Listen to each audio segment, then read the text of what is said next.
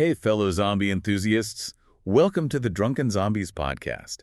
I'm Adrian, your host for all things undead and delightfully tipsy. And I'm Julia, your resident expert on all things zombie-related, especially when they're stumbling around with a craving for more than just brains. That's right. We're serving up a fresh batch of addictive zombie stories every day with just the right blend of horror and humor to keep you hooked. So settle in, grab your favorite brain-shaped snack, and prepare for a story that'll leave you craving more tales of mayhem.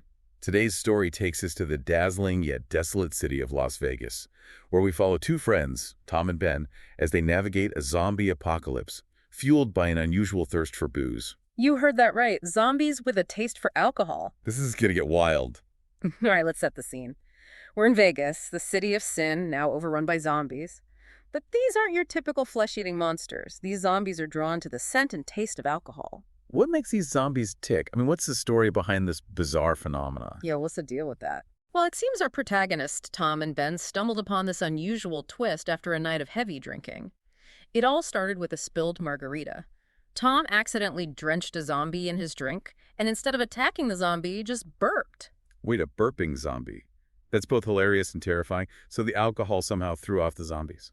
It seems so. The alcohol masked their scent, rendering them invisible to the zombies. They essentially stumbled onto a drunken invisibility cloak. I'm guessing they didn't just ignore this newfound advantage. Absolutely not. They went on a booze-fueled rampage, luring zombies away from populated areas with trails of alcohol. They even managed to ride a zombie camel down the strip. Hold on, a zombie camel. Uh-huh. Okay, that's pushing it a bit, isn't it? But I guess you gotta do what you gotta do in a zombie apocalypse. Still, they couldn't stay drunk forever, right? What happened when they sobered up? That's where things take a darker turn. They ended up detoxing in a deserted liquor store, battling withdrawal symptoms while facing the consequences of their actions. Oh, man. Their accidental creation, a horde of drunken zombies, was wreaking havoc on the city. Yikes. So they inadvertently unleashed a new kind of chaos on Vegas. Did anyone else figure out this whole booze thing? A group of survivors, led by a woman named Sarah, eventually found them. Wait, so the people who were angry with them for starting this whole mess ended up finding them? That sounds tense. It was. Sarah made it very clear that she held them responsible for the chaos and the lives lost because of the drunken zombies. But she was also a pragmatist. She recognized that their unique experience with the zombies' alcohol-induced vulnerability could be an asset. So she was willing to put aside her anger for the sake of survival. That takes a certain kind of leadership. It does. It shows that she understood that desperate times call for desperate measures. They needed every advantage they could get. So how did this unlikely team come up with this plan to lure the zombies to the Bellagio? It was actually Ben who came up with the idea. Really? The guy who was all about riding zombie camels and having one last party? Yes. Facing the harsh reality of their situation and going through detox really changed him. He went from drunken revelry to strategic planning. That's quite a transformation. What was his thinking behind the Bellagio plan? He realized that these zombies weren't motivated by the usual hunger for flesh. Their drive was purely chemical, a relentless thirst for alcohol. So instead of fighting them head-on, he proposed using their addiction against them.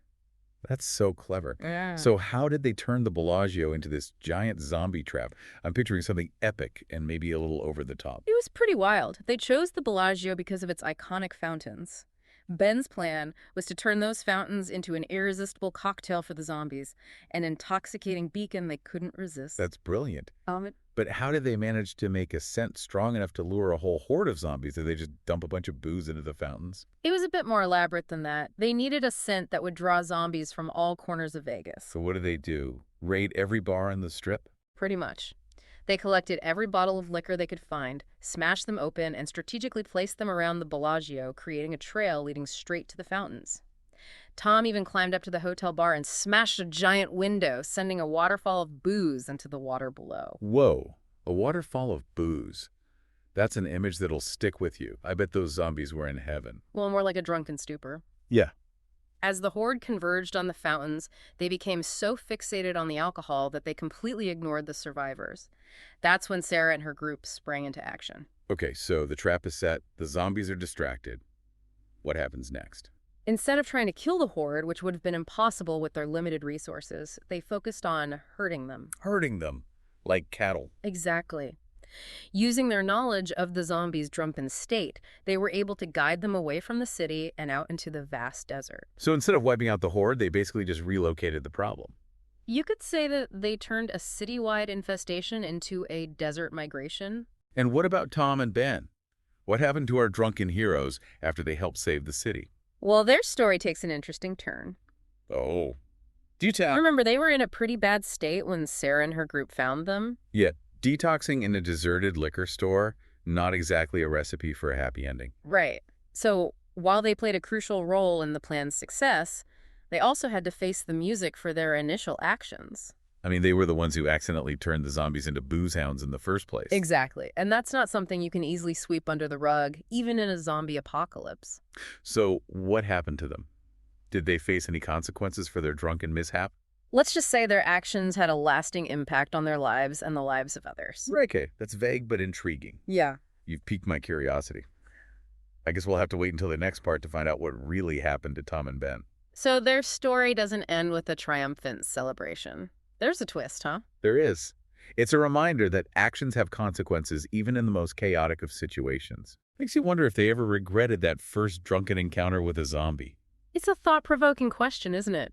Would they have chosen differently if they knew the chain of events it would set off? Right. It all started with a spilled margarita Yeah. and ended up changing the course of the apocalypse in Vegas. Exactly. And it's a testament to the unpredictable nature of, well, everything. You never know what seemingly insignificant choices might lead to major consequences. Think like that butterfly effect thing. One flap of a wing can cause a hurricane on the other side of the world, or in this case, a drunken zombie horde in Vegas. Precisely. And this story underscores the importance of adaptability, resilience, and a good sense of humor when facing the unexpected. I mean, who would have thought that booze would become the ultimate weapon against zombies? It definitely turns the classic zombie apocalypse on its head. Absolutely. And it reminds us that sometimes the most effective solutions aren't the ones we expect. I guess that's the beauty of these stories. They challenge our assumptions and offer a fresh perspective on the zombie genre. Exactly. And they leave us with something to ponder long after the story ends. Speaking of pondering, what do you think this story tells us about human nature?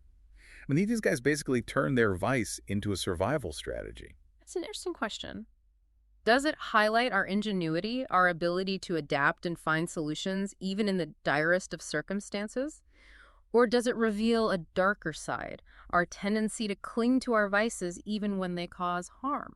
It's like that old saying, sometimes you got to fight fire with fire, or in this case, zombies with booze. Exactly. And it raises questions about personal responsibility and the choices we make when the world is falling apart. Heavy stuff. But hey, at least we got a good story out of it. Right. Absolutely. And who knows, maybe somewhere out there in the vast Nevada desert, a horde of drunken zombies is still stumbling around looking for their next fix. Let's hope they don't find it.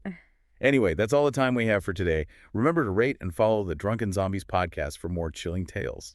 Until next time, stay thirsty, stay vigilant, and maybe keep a bottle opener handy just in case Jarity.